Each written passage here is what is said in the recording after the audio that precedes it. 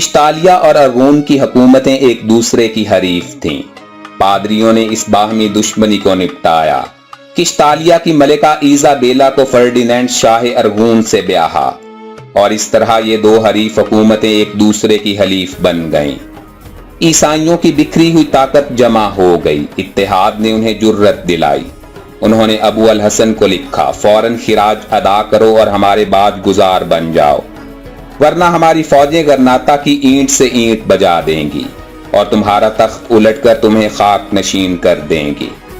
ابو الحسن نے خط پڑھا تو تل ملا گیا، غصہ سے تڑپ اٹھا، اس کی آنکھیں آگ اگلنے لگیں، چہرہ لال ہو گیا، مٹھیاں بھینچ گئیں۔ ایک کاغذ اٹھایا اور جواب میں لکھا، کشتالیہ کے بعد گزار بادشاہ مدت ہوئی مر گئے، ان کی ہڈیاں تک مٹی ہضم کر گئی۔ اب غرناطہ میں فولاد کی تلواریں اور نیزے بنتے ہیں جو خراج طلب کرنے والوں کے سینے چھیدنے اور گلے کاٹنے کا سلیقہ رکھتے ہیں۔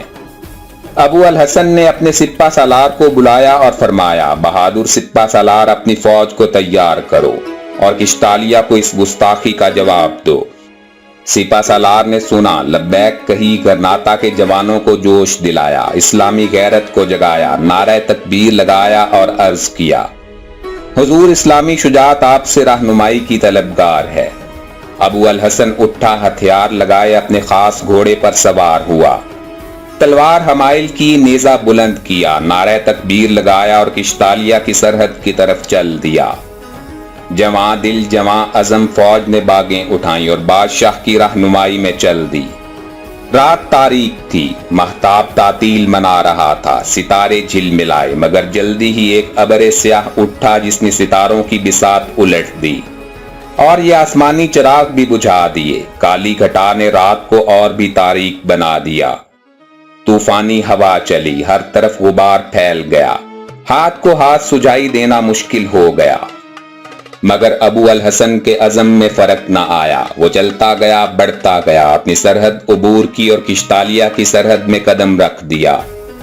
جنگلوں، پہاڑوں اور دریاؤں ندیوں کو پھلانگتا گھوڑا دوڑاتا بڑھتا گیا اور رات کی تاریکی میں قلعہ زہرہ کے سامنے جا پہنچا۔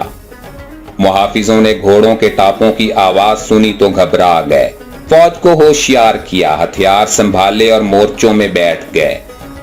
جاسوس قلعہ سے نکلے اور ادھر ادھر پھیل گئے، اسلامی فوج کو دیکھ کر بدحواس ہوئے، بھاگے ہوئے قلعہ میں آئے اور مسلمانوں کی آمد کی اطلاع دی۔ ادھر جاسوس پہنچے، ادھر قلعہ کے سامنے سے اللہ اکبر کی آواز آئی، فضا کانپ گئی، قلعہ لرز گیا، فوج کا دل ڈوبنے لگا، نبض چھوٹنے لگی، لرزتے ہاتھوں سے تیر اندازی ہونے لگی۔ ابو الحسن نے قلعہ کو گھیر لیا، سیڑھیاں لگا دیں اور فصیل پر چڑھنے لگا۔ سب سے پہلے وہ خود فصیل پر پہنچا، پھر ہر طرف سے سپاہی اوپر آنے لگے، لڑائی شروع ہو گئی۔ دست بدست تلواریں اور نیزے اپنا کام کرنے لگے۔ محافظ کٹ کٹ کر نیچے گرے تو قلعہ کی فوج سامنے آ گئی۔ عیسائی بہادر زرہ بختر پہنے، ہتھیار لگائے، تلواریں اور نیزے اٹھائے ہوئے آئے اور اس زور کا حملہ کیا کہ مسلمانوں کے لیے سنبھلنا مشکل ہو گیا۔